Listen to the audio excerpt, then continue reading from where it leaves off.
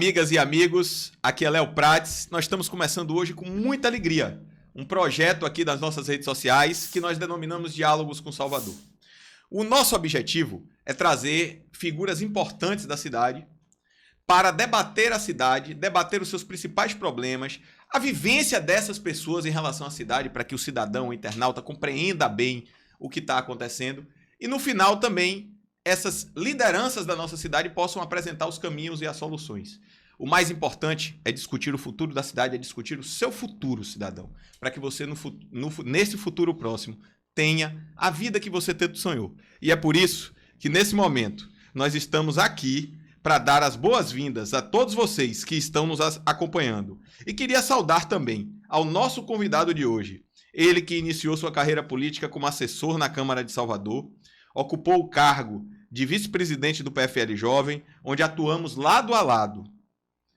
Em seguida, fomos assessores parlamentares do então deputado federal, nosso irmão ACM Neto. Saindo de lá, ele foi para a Assembleia Legislativa, onde foi deputado por 2 vezes, deputado estadual por 2 vezes. De lá, conseguiu criar uma identidade, aliás, já tinha uma identidade muito forte, oriunda do movimento estudantil, com a cidade do Salvador.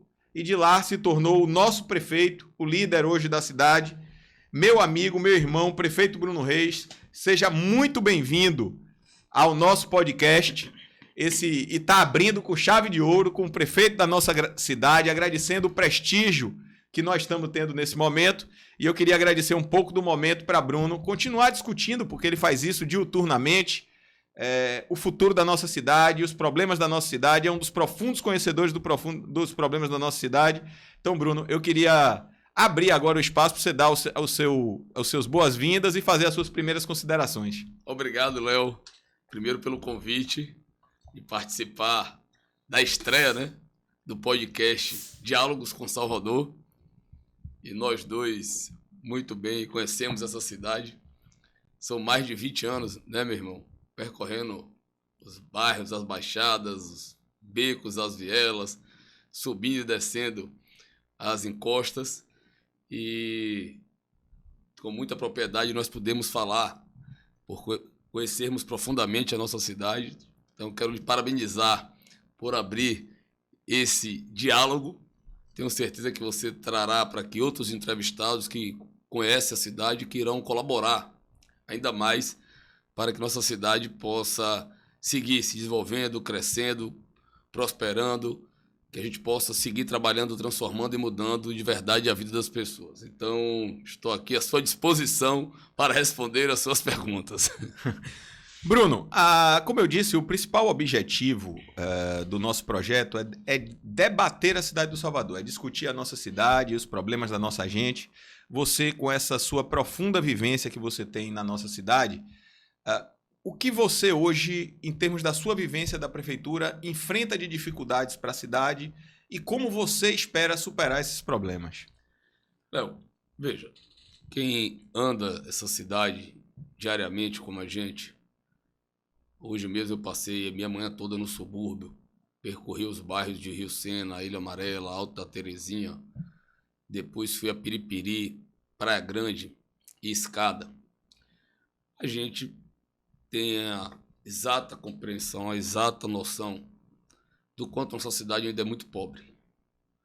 Se você me perguntar assim, do ponto de vista,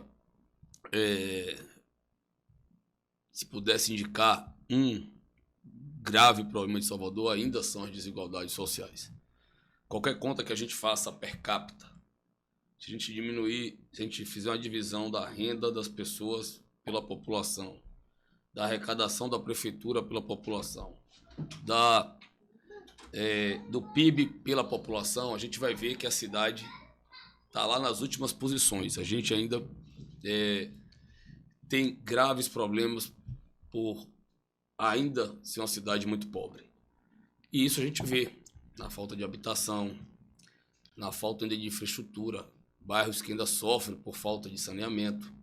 A gente vê nas moradias, que ainda tem, digamos assim, são moradias precárias. A gente sabe que existem problemas, como toda grande cidade tem, na área de emprego, na área de renda. Hoje, um desafio que a gente enfrenta diariamente é a melhora do transporte público. Hoje, os prefeitos das grandes cidades, o principal tema, o principal desafio é ofertar o transporte público, que está em crise em todo o país. A gente vê aí empresas quebrando, municípios que já não conseguem mais prestar esse serviço, que é um serviço essencial, perdendo aí, em alguns casos, espaços para transporte clandestino. Tem lugares que as milícias estão transportando as pessoas, até o tráfico estão transportando as pessoas, porque o poder público não consegue mais oferecer esse serviço.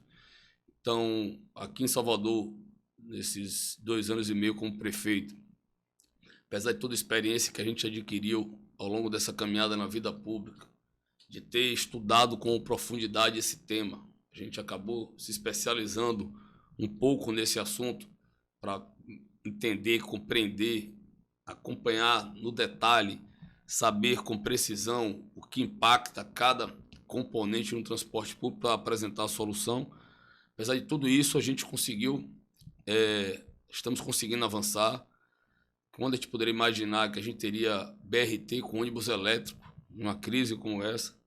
Como a gente poderia imaginar que estaríamos renovando 10% da nossa frota por ano, ônibus novos com ar-condicionado, abrindo novas vias, surgindo a possibilidade aí de novos modais que vão integrar ainda mais o transporte. Então, esse desafio a gente vem enfrentando. Espero, né, que no futuro a gente possa ter uma das cidades que oferece o melhor transporte público no país. A gente sempre aqui tem esse desejo da gente que está na vida pública há tanto tempo e acostumou a pegar essa cidade nas últimas posições. Então nós éramos a pior em gestão fiscal, hoje somos a melhor. A última colocada na oferta de vagas para educação infantil, estamos em primeiro lugar. A última na boa aplicação dos recursos públicos, hoje estamos em primeiro lugar. Éramos a capital nacional de desemprego, abandonamos essa triste realidade. Então, no transporte público, que era um problema histórico da cidade, nós estamos avançando e eu tenho muita esperança, ainda mais por toda a articulação que a gente vem fazendo em Brasília, contando inclusive com a sua ajuda, né, tentando defender que o país entenda que é necessário um subsídio para o transporte público, que precisa ser uma política também patrocinada pelo governo federal, porque esse é também um serviço essencial, como é o SUS, como é o SUAS. E as pessoas que acompanham de perto a realidade do transporte público falam, para a pessoa ir para o posto de saúde precisa pegar um ônibus. Para ir para o CRAS, para ir para o CREAS, para o centro POP, precisa pegar o ônibus. Então, para ter acesso aos serviços, precisa do transporte público. Então, esse seria o nosso principal desafio, mas, sem sombra de dúvidas, combater a desigualdade social, distribuição de renda, geração de oportunidades, crescimento econômico, é que vai efetivamente permitir que a gente possa ter uma cidade melhor no futuro. Olha, prefeito, obrigado. Eu queria aprofundar um pouco mais. Então, na questão do transporte, a gente pegando aqui essa questão, já que você elencou esses 2 eixos como eixos fundamentais para o futuro da nossa cidade, na questão do transporte você identifica como a participação do governo federal como fundamental para a estabilização desse sistema que é tão importante colocado por você. Todos os países do mundo, Léo, de extrema direita, de extrema esquerda, há um subsídio do governo federal. O governo federal apoia o transporte público. Essa é uma constatação. Os municípios não têm condições mais de assumir essa atribuição, essa responsabilidade. Nós já, ao longo dos anos, o que a gente vai vendo é uma inversão na pirâmide, né? Os municípios foram recebendo menos recursos e tendo mais atribuições, enquanto os outros governos foram tendo menos atribuições e uma fatia maior do bolo tributário. Então, a gente espera na reforma tributária, que está lá no Congresso, e aí a gente tem conversado muito sobre isso, pedindo a sua ajuda, possa ter um novo pacto federativo, onde fique claro as atribuições de cada ente e a definição dos recursos para que cada ente possa ofertar os serviços públicos. E no transporte público a gente vem discutindo isso com o governo federal. Criar um marco regulatório para o transporte que vai além do subsídio, vai com os incentivos e estímulos fiscais que precisam ocorrer na cadeia como um todo. Então, PIS e COFINS que incide do governo federal, abrir mão disso. O ICMS que incide sobre o combustível, o governo do estado precisa abrir mão. Aí você vem para linhas de financiamento. As empresas estão todas quebradas, tem que ter um refis para essas empresas. Elas têm que ter, não pode... Quem é que vai conseguir comprar um ônibus com a taxa Selic de 13,75? Consegue, é impossível, né? Então precisa ter um preço diferenciado para aquisição de ônibus. Precisa o governo tirar os impostos que incidem, por exemplo, sobre o ônibus elétrico. O ônibus elétrico ele tem um valor de investimento de 2 milhões de reais, enquanto o ônibus convencional é 600. Então, a gente também tem que se reinventar, ter criatividade, ir para energias renováveis, reduzir o custo do sistema com ônibus elétrico. Porém, já tem condição de adquirir o ônibus. Então, tem uma série de medidas que precisam ser adotadas, né, para que o transporte público possa avançar. A prefeitura vem fazendo sua parte, o que cabe a gente está colocando subsídio. Ano passado, nós investimos no transporte público de Salvador 96 milhões de reais.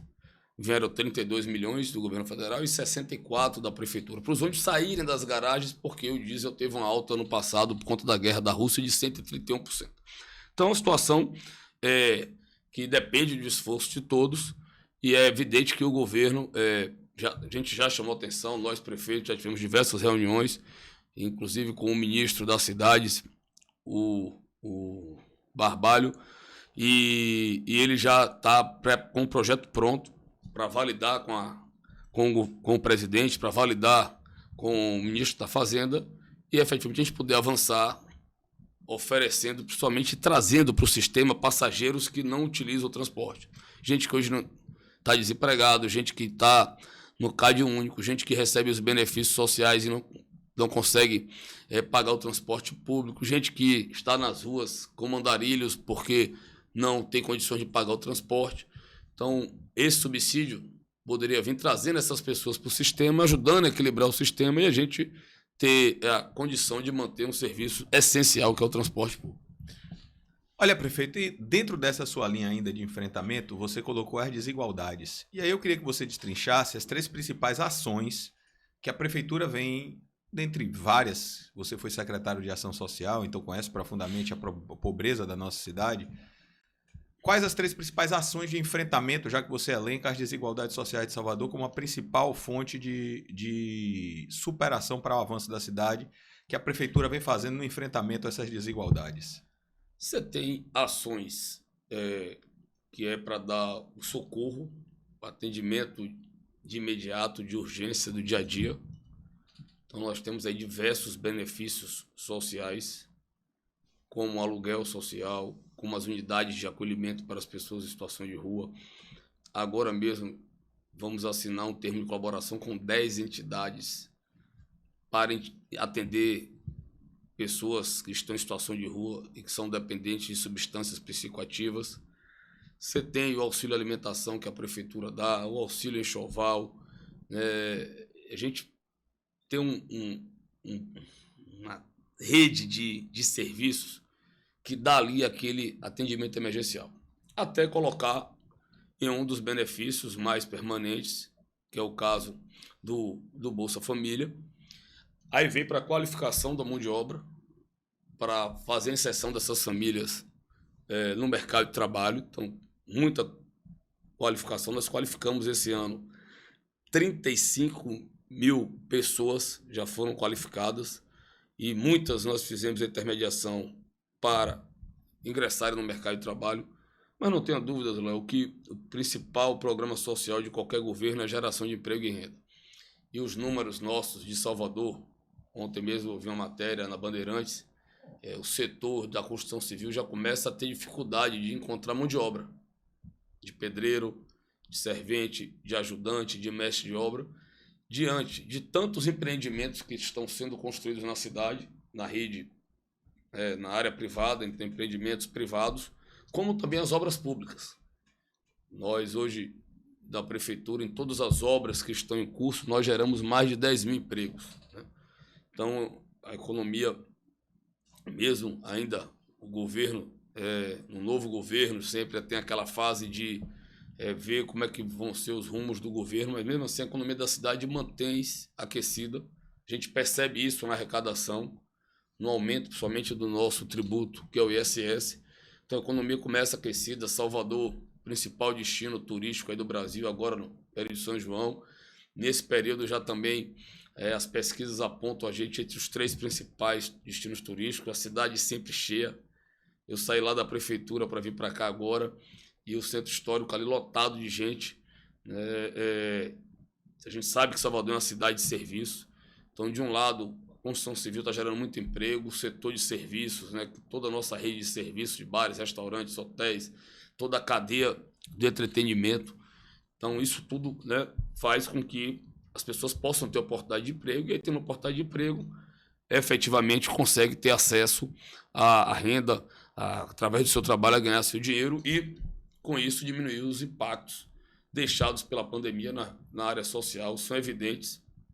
Você lembra, você foi secretário, não sei se você se recorda desses números, mas no auge, Salvador chegou a ter 204 mil famílias recebendo o Bolsa Família. Quando eu cheguei à prefeitura, em janeiro de 21, tinha 190 mil. A folha do mês de maio fechou em 304 mil famílias. Então veja, 114 mil famílias a mais recebendo o benefício. Isso mostra, né, que a cidade empobreceu. É evidente que a gente vê nas ruas as pessoas embaixo dos viadutos.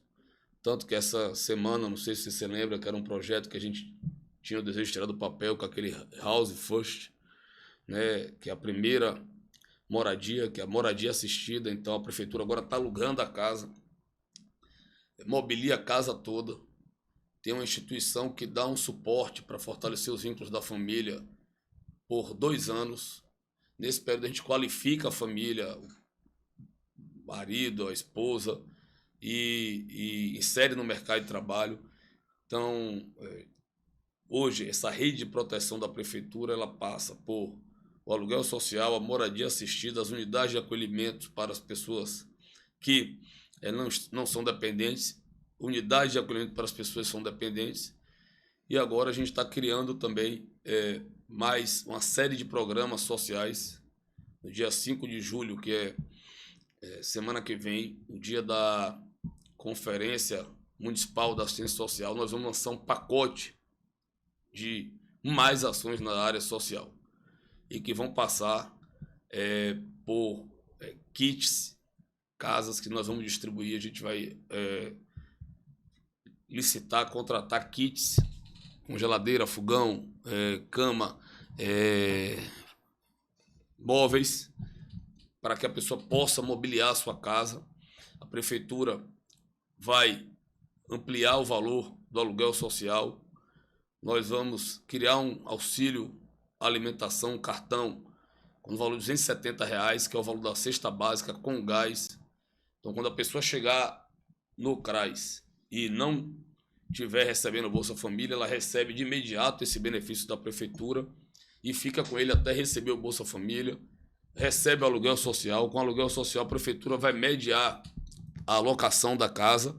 A gente vai mobiliar a casa toda e a pessoa vai poder sair da situação de rua e ter uma moradia digna. Então, hoje, os projetos da área social do município são projetos assim revolucionários. Esse moradia assistida, eu tenho certeza que vai ser mais um case de sucesso que o Brasil vai copiar muito em breve.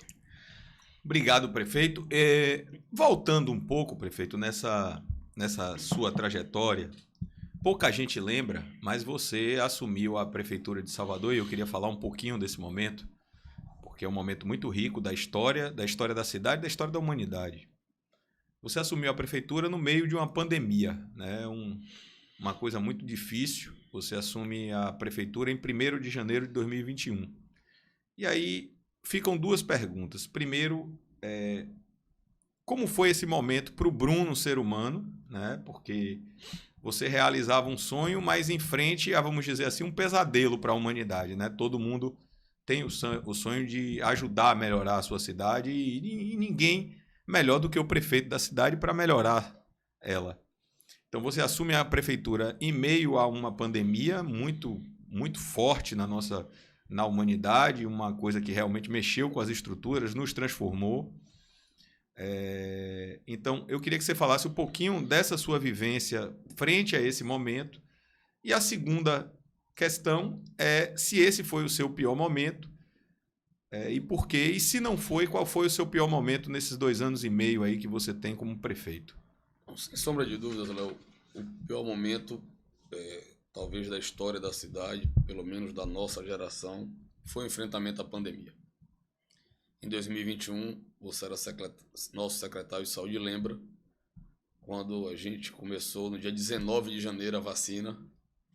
No fundo, a gente tinha uma sensação de que estávamos próximos a voltar à normalidade. E, infelizmente, isso não ocorreu. Eu lembro que 27 de janeiro, nós tivemos que adotar medidas duras de isolamento social. A pandemia voltou numa segunda onda, numa proporção muito maior. Nós tivemos que abrir novamente todos os hospitais de campanha, inclusive ampliar o número de leitos que nós tínhamos de UTI, de enfermaria, porque a pressão sobre o sistema de saúde era muito maior. Tendas, gripários. Tivemos que adotar medidas de isolamento até mais restritivas do que tinham sido no passado, por conta da necessidade do momento. Você lembra aquela situação que nós passamos de muita aflição, de angústia, de dúvidas, incertezas, de indefinições. Então, o ano mais difícil da gestão foi o ano de 2021. Né? Teve determinado momento, não sei se você lembra disso, que eu ligava, Léo, se a gente continuar com esses níveis de investimentos, a gente não vai ter recurso para nada. Porque eu assumi de compromisso com a cidade, no nosso plano de governo, que está no nosso planejamento estratégico, a gente não vai poder tirar do papel. Efetivamente, a pandemia, quando você soma o que foi investido em 20, 21 e 22, passa da casa de R$1,5 bilhão de reais. É muito dinheiro. O que é que dava para fazer com isso? 10 centros de convenções, 10 hospitais municipais. Então, aquele momento foi muito difícil. Hoje, nas minhas conversas com a cidade, eu digo, eu poderia estar hoje aqui dizendo que a pandemia levou o dinheiro todo, que eu não tenho condições de fazer isso, de fazer aquilo, de honrar os compromissos que eu assumi. Mas, graças a Deus, né, a gente conseguiu vencer esse que foi o pior momento da história da cidade, salvando vidas, evitando mortes, fazendo tudo que estava ao nosso limite. Você sabe disso, você era secretário, nunca me pediu, vamos abrir hospital tal, vamos botar mais uma tenda, vamos abrir mais um gripário, vamos.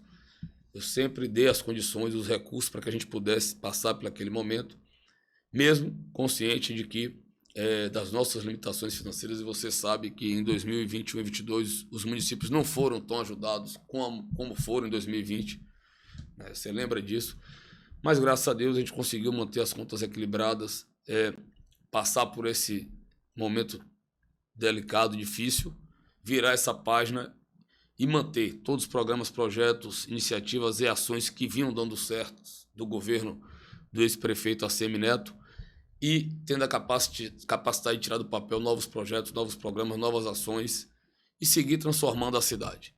Então, hoje o que eu posso dizer é que mesmo, né, praticamente com 2 anos enfrentando a pandemia, que, né, consumiu muito do nosso recurso, consumiu muito do nosso tempo, da nossa energia, da nossa dedicação, mesmo assim, no momento, a cidade parou. E hoje, né, ultrapassado esse momento, a gente está cada vez voando mais alto, fazendo aí entregas importantes. Então vamos honrar todos os compromissos que nós assumimos, eventualmente um ou outro que depender de uma interferência com o governo do estado, com o governo federal, que possa não vir a ocorrer, mas todos os compromissos dependem exclusivamente da prefeitura, nós vamos tirar do papel. Estamos com as contas em dia, casa arrumada, tendo condições de fazer investimentos com recursos próprios. Está cada vez mais difícil manter a cidade, né, com a sua zeladoria por conta das chuvas. Impressionante, nunca choveu tanto como está chovendo agora, mas graças a Deus já temos aí 3 anos praticamente sem nenhuma vítima da chuva. Graças a todos esses investimentos que foram feitos nos últimos anos, que era o problema grave de Salvador. Voltando para a primeira pergunta, que era os desabamentos, os deslizamentos, né, que graças a Deus essas tristes cenas ficaram lá no passado. Então, efetivamente, aquele foi o pior momento, mas mesmo assim, superado esse momento, eu posso assegurar à cidade que nós estamos com as bases prontas para fazer as entregas, para tirar ainda projetos mais grandiosos do papel.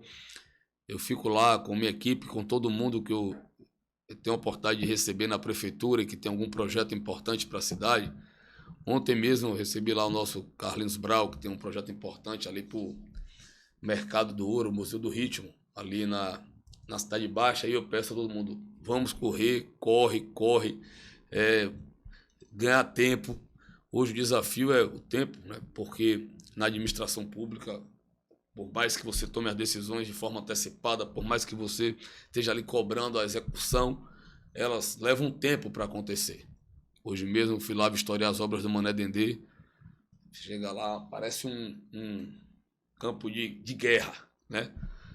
Várias obras acontecendo ao mesmo tempo, escola, mercado, terminal, centro comunitário, as habitações, toda a sistema de esgotamento e de abastecimento de água para poder revitalizar o rio Mané Dendê. Você parece estar num campo, como eu disse, de batalha. Mas aí a chuva atrapalha, tem as dificuldades para negociar desapropriações, para seguir avançando, mas efetivamente você tem que estar ali cobrando, botando sua energia para as coisas acontecerem. E tenho certeza que com as entregas que nós temos para fazer até o final de 2024, nós vamos ter uma Salvador muito melhor. Prefeito, só o senhor falou várias coisas em relação à sua administração e esses 2 anos e meio. Eu queria que o senhor fizesse um balanço e o que é que o senhor destacaria como a sua identidade, marca na cidade desses 2 anos e meio, se aproximando aí vamos dizer, do segundo semestre do seu 3º ano aí, da sua administração. Se perguntar, Bruno, qual é a marca de seu governo? E a gente precisa ir para áreas, porque todas as áreas têm marcas importantes. Então, se a gente começar, por exemplo, pela educação, a gente está revolucionando toda a nossa rede com novas escolas. Nós vamos entregar 50 escolas em 4 anos. Vamos reformar praticamente todas as escolas, climatizar praticamente todas as escolas, cobrir as quadras de praticamente todas as escolas. Então, nunca se investiu tanto em infraestrutura física. Aí nós vamos para a área de inovação na educação, da educação digital, a distribuição dos tablets, dos Chromebooks professores, ambiente virtual de aprendizado para os alunos aprendendo a letramento digital, aprendendo a produzir games. Então, vamos deixar uma marca expressiva na educação. Na área da saúde, a gente desapropriou o Hospital Salvador. Vamos entregar a primeira maternidade municipal com o Hospital da Criança, com a UPA para criança. Um hospital que vai fazer cirurgias eletivas em mulheres, né? Que você sabe quantas mulheres sofrem aí com, né, fazer prolapso uterino, uma série de questões. Pronto. Então, em breve nós vamos começar as obras já do Hospital da Criança, o hospital que vai atender a criança, a mulher, o Hospital da Família como um todo. Aí você vai para as pessoas com deficiências, vamos entregar uma escola para 1.000 crianças com autismo, a Casa da Mulher Brasileira, o primeiro hospital público veterinário na área dos animais. Aí você vem para na área da cultura, já entregamos o Museu da Música, vamos entregar o Arquivo Museu da Cidade, a Casa de Espetáculo, a Escola de Artes, já em construção, parceria com o Museu da Cultura Africana, como cabe.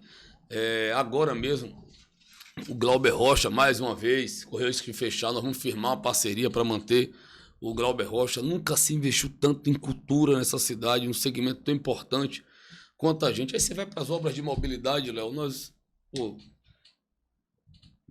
já abrimos pelo menos 10 novas vias nos bairros aí para melhorar a mobilidade. Lá de Caçange, chegando ao Mergulhão na Tancredo Neves, o BRT que a gente vai entregar em janeiro do ano que vem, em pleno funcionamento. Ainda vamos construir uma série de obras de mobilidade ali naquela região da Tancredo Neves, com rótulo da abacaxi. Então temos ali 2 viadutos para começar em breve, um no Shopping da Bahia, no Detran. Temos 3 interferências que vamos fazer na rótula do abacaxi, uma outra alça do viaduto, um outro mergulhão e um acesso ao Shopping Bela Vista. Obras já licitadas, que nós vamos dar ordem de serviço já na semana que vem. Então, nunca se investiu tanto em mobilidade em Salvador como agora. Aí você vai para as orlas, né? O maior trecho da orla está sendo requalificado, que é da Boca do Rio, lá a Piatã. Já entregamos Estela Mares e Pitanga e estamos fazendo Praia do Flamengo. Hoje eu estava lá de manhã para fechar o projeto de Piripiri, Praia Grande Escada. Vamos licitar, independente de como é que vai ficar e das indefinições do VLT.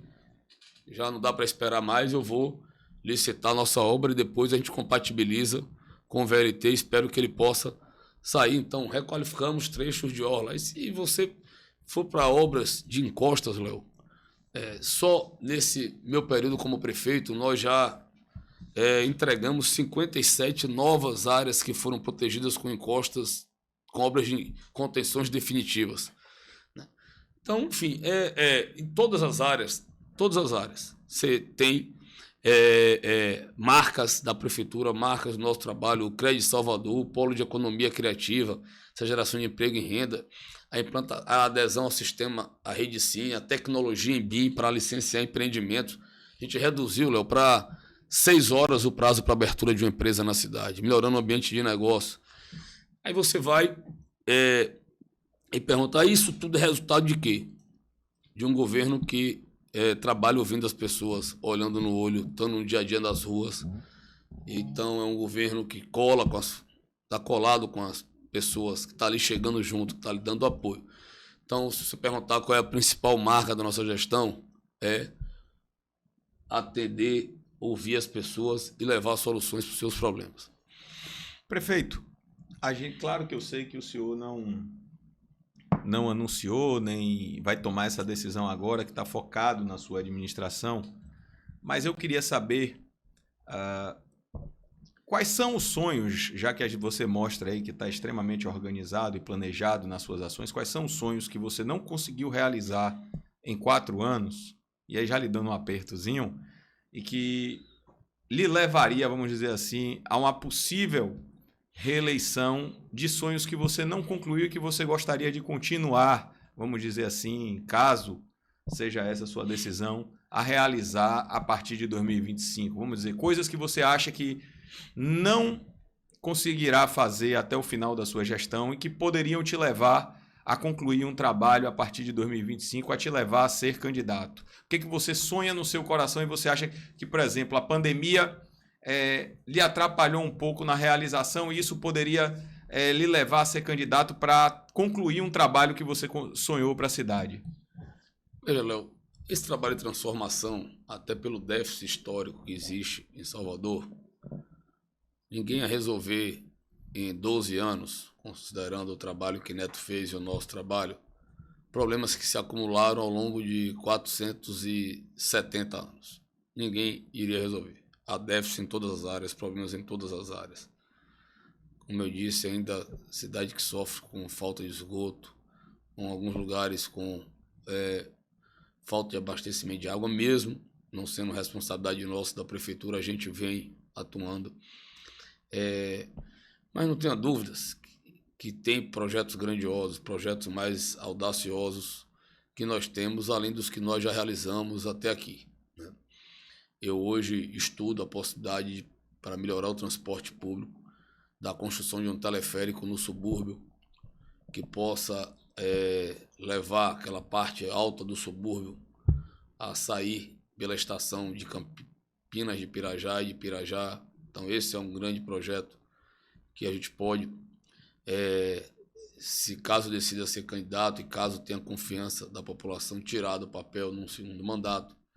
Há a possibilidade de levar o metrô até o comércio, que aí era construindo aquele túnel de passagem que liga o Campo da Pólvora à ladeira da montanha, e aí representar a redenção daquela área, porque um dos maiores problemas do comércio é não ter área para estacionamento. Então, tendo um metrô chegando lá, a pessoa não precisaria ir de carro, e com isso a gente poderia efetivamente revitalizar o centro histórico, que é um desejo de todos nós.